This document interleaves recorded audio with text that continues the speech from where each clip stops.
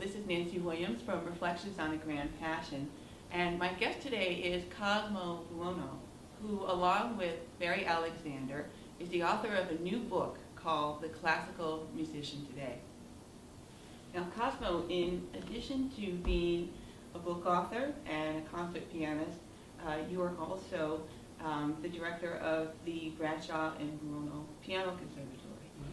And from what I understand, a number of your students are adults. Mm-hmm. What do you find to be some of the key considerations in teaching adult amateurs? They bring a very diverse background to music. One of the things I try to do with students is to draw out of the student what they have to say about the music.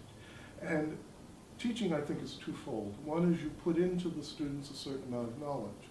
Then that comes back to you from the student, when they can present their own particular viewpoint, personality, and interpretation of a piece of music. And I encourage individuality in all my students. I would never want any two students to interpret a piece the same way.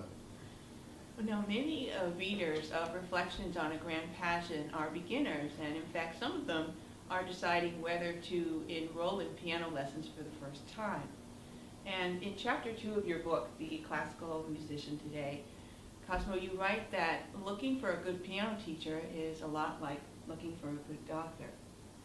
And if you think about an adult beginner looking for their first teacher, what might be some questions that the adult might ask of the prospective teacher?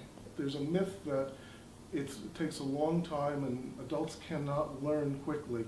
And that's just what it is a myth. Because you can give an adult more information, an adult can assimilate that information quicker. The only thing that takes a bit of time is the physical dexterity, and that's not an issue at all. In fact, if anybody's nervous about studying, Liszt said to an interviewer once, he would rather take an absolute beginner than somebody who's been poorly trained for several years. It is a rapport that you have with a teacher, and not every teacher will work for every student, and it is like a doctor. You have to be able to talk to the teacher, you have to have an ease with that teacher. And I think any student could ask a teacher, just how will we approach this? How will we go? Yeah, this song is a very nice song. It's just difficult to make it sound really, really smooth. I was going to ask you about that. What do you want out of this piece? It's to me, it's a very melancholy piece, and I want to project that when I play. But it's very, for me, very mechanical initially because of the... It doesn't have to be.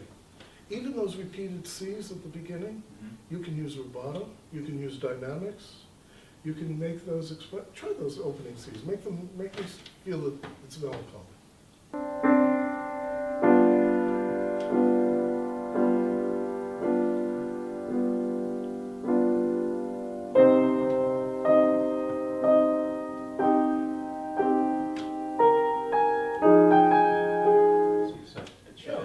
Now, what did you do differently? Took my time. You took your time. Took my time and just try to play it soft, really soft, whatever the musical term for that is. But soft. The Italian version of soft. Piano. But, piano. Well, in part 3 of your book, entitled You as a Business, you give a lot of instructions to professional musicians on how to manage their classical music career. And I actually found that part of the book more relevant to my profession as a creative writer.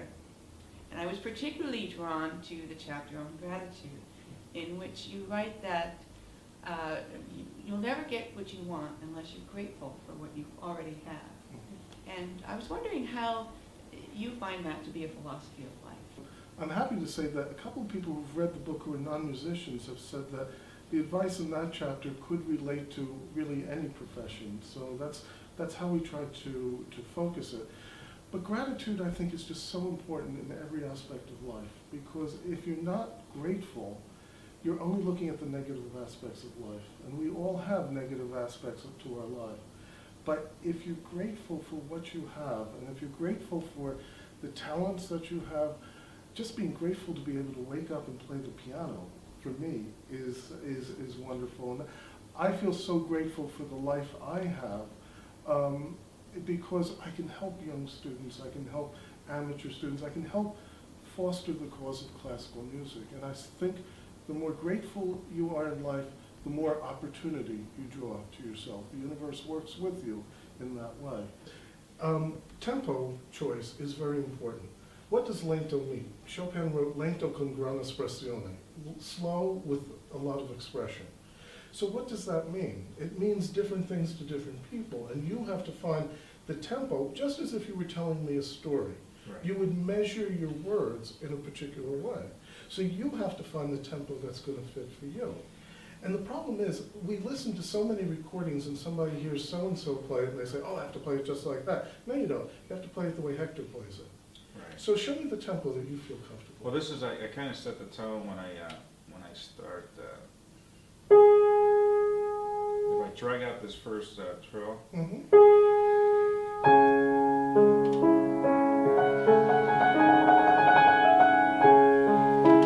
that sets the tone for me. And Well, that's great. I know that feeling of being grateful when you wake up to being able to play the piano. It is a great feeling. And I'm also very grateful that Cosmo was able to join us today and to talk about his book and really his philosophy on pianism for Reflections on a Grand Passion. Thanks for joining us. Thank you so much.